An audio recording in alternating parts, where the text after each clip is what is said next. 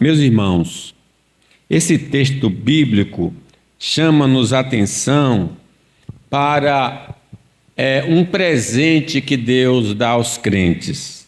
Lembra que em Efésios ele nos abençoou com todas as bênçãos espirituais.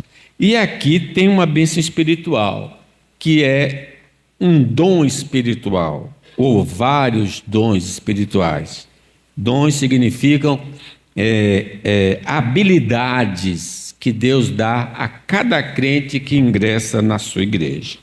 Então nós vamos aprender nessa hora, nessa passagem, verdades sobre os dons espirituais.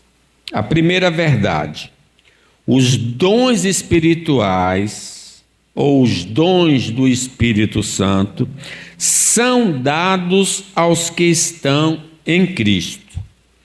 E a graça, versículo 1, foi concedida a cada um de nós. Ele está se referindo à igreja de Éfeso e a ele.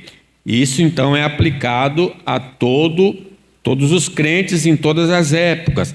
Essa graça foi concedida a cada um de nós, segundo a proporção ou a vontade de Cristo.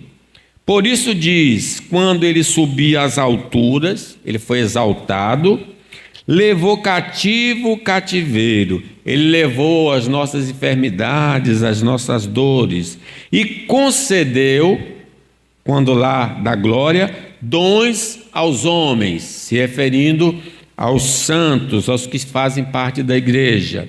Ora, o que quer dizer que subiu? A sua exaltação. Senão que também havia descido às regiões inferiores da terra, a sua morte e depois a sua ressurreição. Aquele que desceu, morreu ou também se encarnou, e também é também o mesmo que subiu. Ressurreição, exaltação. Ascensão e exaltação. Acima de todos os céus, para encher todas as coisas. Ele está à direita do Pai, né? De onde ele virá para julgar vivos e mortos. Então, aqui nós notamos que os crentes são habilitados com dons espirituais.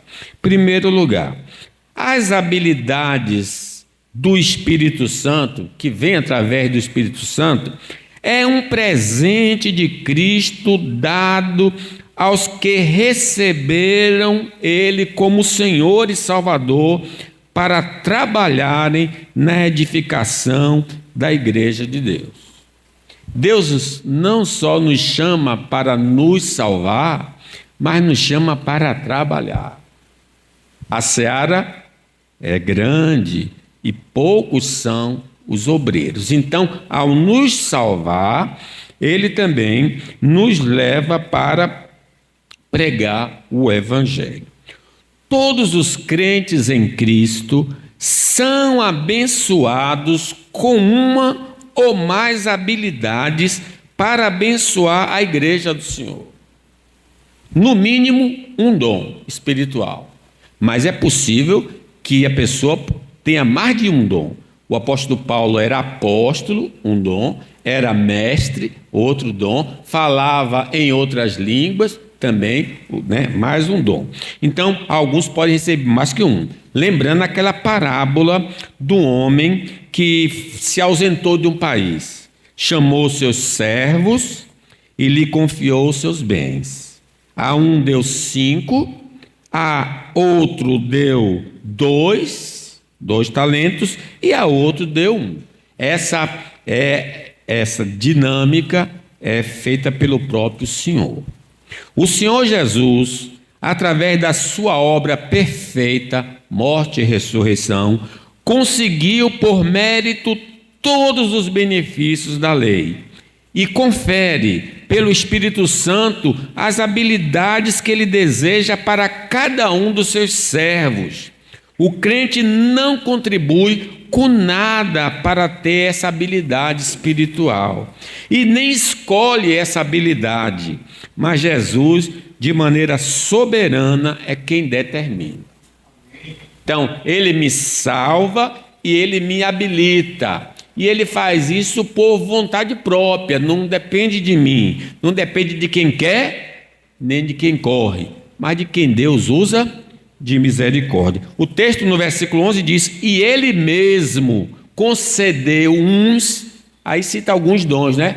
Nem todos são apóstolos, uns são apóstolos, outros são profetas, outros são evangelistas e outros são pastores e mestres.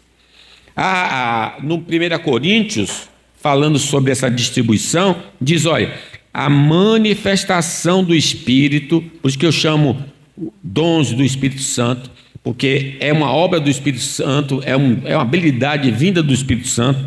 A manifestação do Espírito é concedida a cada um, visando um fim proveitoso. Então, ele não vai dar um dom que não é necessário. O dom tem uma necessidade para alimentar, para nutrir a igreja do Senhor.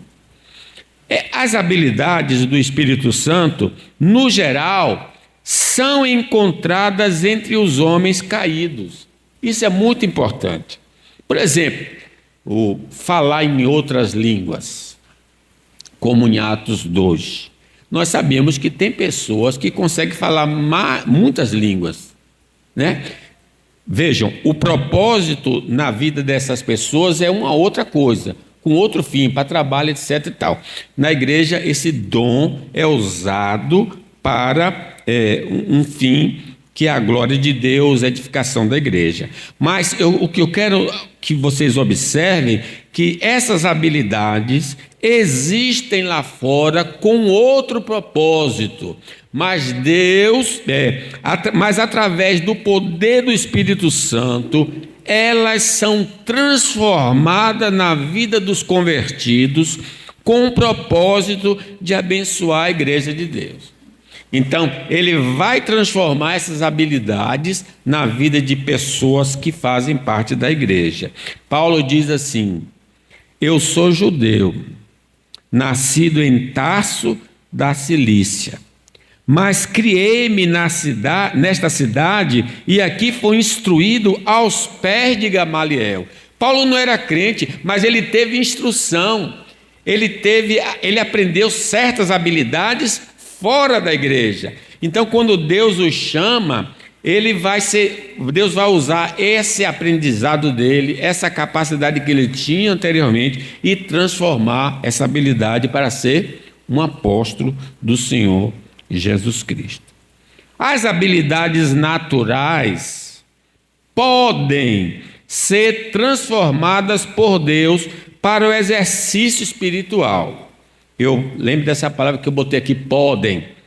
Mas nem toda habilidade natural será transformada em dom espiritual. Por exemplo, nem todo professor que se converte vai virar um professor, um ministrador da palavra na igreja. Porque Deus não vai transformar essa habilidade que ele tem de ensinar ciências lá fora, ele consiga ensinar a Bíblia aqui dentro. Nós sabemos, por exemplo, muitas pessoas têm diplomas, né? E passam em concurso público, são professores, isso e aquilo, mas elas não têm habilidades para exercer aquela função. Elas são inteligentes, conseguem passar no vestibular e nas notas, mas no exercício da profissão, elas não são felizes, porque elas não têm essa habilidade. Então, a gente vê isso às vezes em vários campos, né? Pessoas que estão fazendo uma coisa, mas não têm essa habilidade natural. Então, é possível que um professor, quando entre na igreja, Deus transforme o dom de ensino, o dom natural dele, em dom espiritual para ensinar as Escrituras Sagradas.